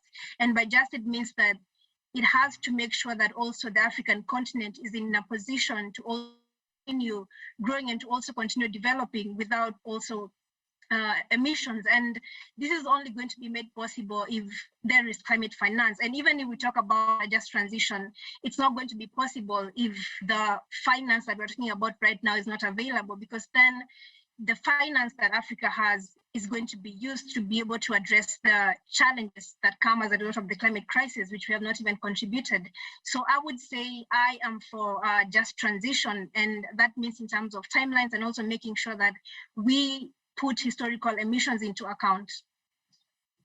Thank you. I know we're running out of time, but Mitzi, I'd love to hear you on this too, on just transition. It's the same for us in the Philippines.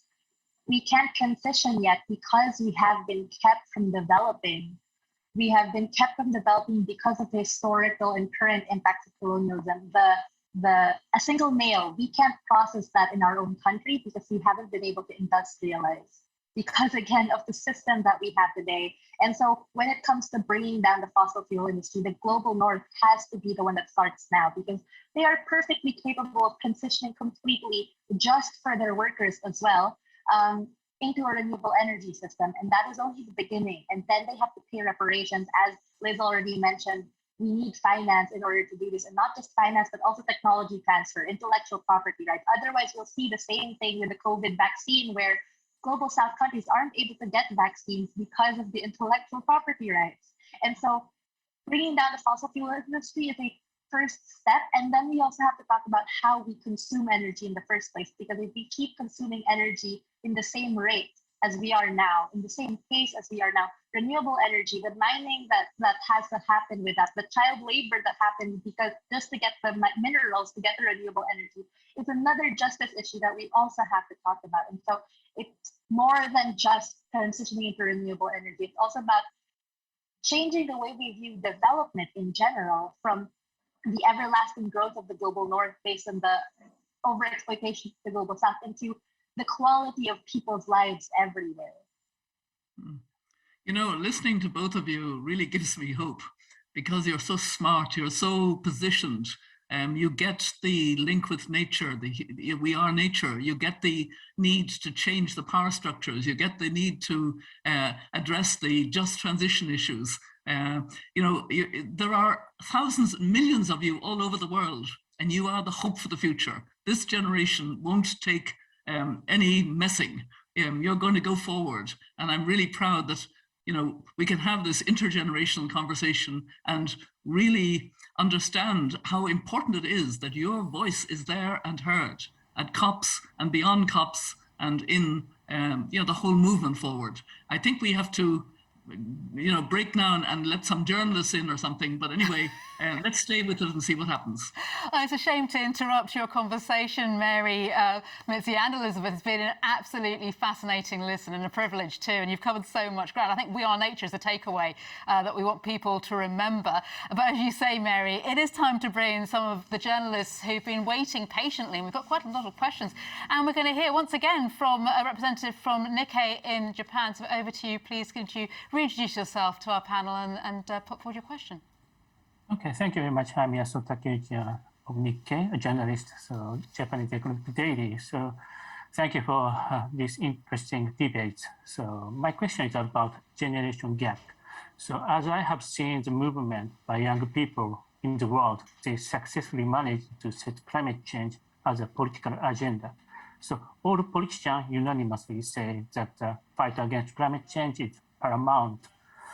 However, while old adults tend to take moderate measures, younger people insist on the necessity to take bolder measures. I think that we need a kind of schemes to introduce the voice of young generations to concrete policies. What should we do to take up the voices of young people? Thank you very much. Thank you so much, sir. And, you know, who better to ask than our young activists? Let's start with you, Elizabeth. What do we need to do to make sure that younger voices are heard when it comes to formulating policies? I would say we need young people in the decisions where, in the places where the real decisions are being made and not on the sidelines, the first step. And to also recognize that young people are actually doing this to be able to shape the kind of world they want to live in. And we're not going to have a safe future without a present that is actually habitable and livable for us. So we have to recognize young people as key stakeholders and not have them on the sidelines. And then we have to meaningfully and genuinely engage young people in the whole process. And this has to be beyond tokenistic. And even when we share what we want to see changing, we need to see these things being applied in the final decisions, because many are the times when we speak up as young people and share what we want to see, but then it doesn't really reflect in the final decision. That's a really good point, Elizabeth. Mitzi, what's your view on this? Because are there examples of things which are working well? Honestly, I don't think there are good examples, because if there were, we'd be seeing world leaders actually acting. But we're not seeing that anywhere. And so what we need is active youth participation, not just youth represented in the tables and in the offices, but the governments and the leaders going out into the cities, into the countryside, into the communities that are being impacted, and actively consulting the youth, and not just consultation, but also actively empowering the youth with the education needed so that they can participate. Thank you, Mitzi. Dr. Mercy Korir has been waiting patiently. She's from the Editor of Health and Science from the Standard in Kenya. Would you like to put your question to the panel, please? Yes, definitely. And this is just picking up from the conversation from the panelists discussing the issue of the global north and global south. So my question is do the panelists think that the leadership of the world's most polluting countries or regions are doing enough to reverse global warming? And if not, what needs to be done to address that, considering that at the end of the day, charity begins at home? And this is particularly, and I'm happy that the panelists are all women and young, that the ones who are going to bear the biggest brunt of of climate change are women and the youth. That's a really good question. Mary, that's something you were alluding to a bit earlier, conversations with female leaders. So would you like to answer that one? Yeah, I think it's important, if we're going to have a real bridge between the global north and the global south, we have to talk about injustice. You know, the injustices linked to climate change are at least fivefold. The fact that it disproportionately affects the poorest countries, the poorest communities, small island states, indigenous peoples who are least responsible and who happened to be the brown and black people in our world. So there's a racial injustice. Secondly, the gender injustice within that. Women have different social roles, different power, different access to credit, sometimes different rights like land rights. Thirdly, the intergenerational injustice that young people have talked about. Fourthly, the injustice of the way in which different regions have come to economic prosperity. The industrialized countries, we built our economies on fossil fuel. Now we're trying to stop other countries from having fossil fuel who haven't got access to electricity. And we're trying to do it in a way that's very unjust in some ways because we don't see it. And then fifthly, the injustice to nature herself, the loss of biodiversity, the stupid mistakes we've made. So if we can talk about injustice more, which young people see and get, I think we will build a bridge between North and South on climate, which would be good for our world when we talk about living in a sustainable world. We're almost running out of time. I want to hear quickly from Mitzi and Elizabeth on this. Mitzi, you first, because it's so nice to see an all-female panel on this. I completely agree with what Mary has already said. I don't think any global North leaders right now are doing enough. And what they need to do is drastic emission cuts, just transition, bringing down the fossil fuel industry, reparations from the global North to the global South, and so much more. It's really a systemic change that we need. And we know that the system that brought us into the climate crisis isn't going to be the system that brings us out of it. So it's really about changing everything, and it all starts with recognizing justice, as Mary mentioned. That's a very, very apt description of the system. Elizabeth, how about you? I also think there's still done because wealthy nations have still fallen short in their pledges to support countries like mine and those other in sub-Saharan Africa to deal with the worst impacts of this. And this is not climate justice. At the same time, emissions are still rising. That have least contributed continue to bear the worst impact. So if anything is going to change, it has to be through so much pressure, and this pressure is going to come from the people who strongly understand the injustices that people have to bear as a result of the climate crisis. Thank you. A couple more questions I want to squeeze in. We're almost running out of time here. Catherine Duan, North America Bureau Chief from Sina Finance for China, has asked the IPCC's latest report, Climate Change 2021, a natural science basis, states that limiting warming to 1.5% or even 1.5 degrees or even 2 degrees will not be achievable unless immediate action is taken to massively reduce greenhouse gas emissions. This describes a relatively pessimistic outlook for us.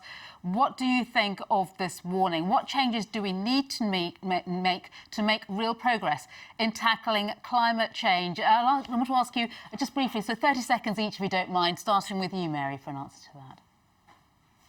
When the IPCC brought out their special report on 1.5 degrees warming, they warned us that it needed transformational change, but they said it is doable if you have the political will. It is doable. We can do it. We didn't lose possibilities in Glasgow. We kept it alive that we can align with 1.5. Now we've got to have this COP27 really bring this home by real transformative change. Elizabeth, what about you? I would say that we can actually make things change, but this has to be our defining year of action and a time to meet all the previous pledges, especially for countries that are still behind in fulfilling previous pledges, because we cannot live on words and commitments alone. It has to be through action. And so countries have to act on their promises and make sure that we are putting people and our planet above profits. Thank you. And Mitzi, how about you? I don't think it's a warning. I think it's a challenge. We shouldn't be pessimistic. We cannot give up hope because we cannot compromise in our lives. And that's why on March 25th, Fridays for Future is going in a global climate strike across the globe, demanding people, not profit, because we know that we cannot give up. OK, thank you. And waiting patiently, the final question goes to someone from the Diplomatic Courier in the US. So would you like to introduce yourself and ask the panel your question? I think you might have your mic off. Do you mind unmuting yourself? That's not embarrassing at all. That's better. Thank you. I'm the managing editor of Diplomatic Courier. We're a global affairs media publication. This has been a really nice discussion, and it plays into kind of what my question was. We talked about North-South injustices. We talked about the need for action right now, so urgently, sort of we're coming up against the line. And also the way that this impetus has been put on sort of the younger generation unfairly, saying you have to be the change makers, you have to carry this forward. So I guess my question has to do with legacy actors, whether we're talking about corporate or institutional, and in sort of they have all this responsibility for some of this inaction. We talk about areas of inaction as the theme here. we're probably going to have to count on some of these actors to reform and become really powerful forces for combating climate change. And so my question is, what actors do you think that we could count on to make that shift, and how can we actually build that trust? Oh, that's a really good question. Thank you. Mary, could I pass that one to you, please? I think I'm going to quote Elizabeth. I think she said that we cannot do it without everyone. Everyone has to do their part. So I do think that corporate leaders in the world today have a huge responsibility, basically, in their companies and in their way of doing, to change very dramatically. The sort of rampant capitalism that we see, which leads to the inequality, which is frightening in our world. The fact that, in our COVID time, billionaires have made billions, and the rest of us, have suffered, not equally, but some have suffered far more than others. That's not acceptable in our world today. So I do think that there is a huge responsibility to remember our humanity and our links with the future generations, being our children and grandchildren, and having a safe world. And that means greater responsibility for those who are responsible for more of the problem that we face. Missy, if I could ask for you, because we're running out of time, just for a sentence or two to give us your thoughts on this. I completely agree. We need everyone, and we need these actors to change. And if they refuse to change, then they will be pushed aside, and people who are willing to change will take their place. Thank you. And Elizabeth, we heard Mary there, starting with your words. Is there anything you'd like to add? I totally agree with Mary and Mitzi. Just to add that we have to also admit that some have got more work to do. Thank you. Well, I'm afraid to say that is all we've got time for today. I'd like to say a huge thank you to the three of you. It's been an utterly fascinating discussion. In fact, thank you to all our contributors for making this a fantastic event. Thanks also to the team behind the scenes who've worked so hard to put this together. But most of all, thank you to you, the audience watching. We really would not have anything, it would be nothing without you. I'm Darshini David, and this has been Generation Green, brought to you by Project Syndicate. We'll leave you with the thoughts of one of today's sponsors, Andrew Serizin, President of the Templeton World Charity Foundation. Goodbye. Templeton World Charity Foundation, where I'm president, is grateful for the opportunity to join you and the next generation of leaders advocating for our future. You've chosen to take up this challenge to turn back climate change in a time when a different global crisis has changed all the rules. In short, you've asked, how can you flourish? I'm here to tell you some undoubtedly good news, that there's a profound and growing science behind how we flourish. At Templeton World Charity Foundation, we are devoting $60 million to build a community of researchers, innovators, advocates, and policymakers dedicated to the field of human flourishing. That a powerful set of tools in our arsenal include hope, gratitude, and purpose. Philosophers and scientists have actually defined hope as having three different elements. The first two are desire. I want to help save the planet. And belief. I think that it's possible for me to make a difference. You might be hope skeptic. You may be remembering, as I do, when Greta Thunberg told world leaders, "But I don't want your hope. I don't want you to be hopeful. I want you to panic." I think that what she was reacting against was actually a kind of naive or superficial idea of hope. The philosopher Cornel West actually put it best when he said, "Real hope is grounded in a particularly messy struggle and can be betrayed by naive projections of a better future that ignore the necessity of doing the real work." And for me, what we can learn from this important body of research is that real hope contains not only a desire to make things better, the belief that it is possible to do so, but also the reason to justify why it's important. We look up and see how our lives are sustained and supported by forces that transcend our individual lives. We see that the environment provides sufficiency and surplus, and we remember that we are bound inextricably to the world that surrounds us. In a remarkable new set of studies, research has shown that gratitude can drive sustainable action that includes extraction of fewer resources from a common pool. People who experience gratitude towards nature are morally concerned and intrinsically motivated to act responsibly, and they take action more readily in their own lives. I'll end my speech today with a note that climate action offers a profound opportunity for advocates such as yourselves to flourish individually too, by finding purpose in your work. In writing about the power of purpose, Friedrich Nietzsche wrote, "Those who have a why to live can bear almost any how." And in this context of the crucial actions that you have devoted your lives to advocate for, I would extend this statement. Those who have a why to live can achieve almost any what. So I ask only that as you continue your work, you remember how hope, gratitude, and purpose can accelerate a future where all of humanity flourishes. Thank you.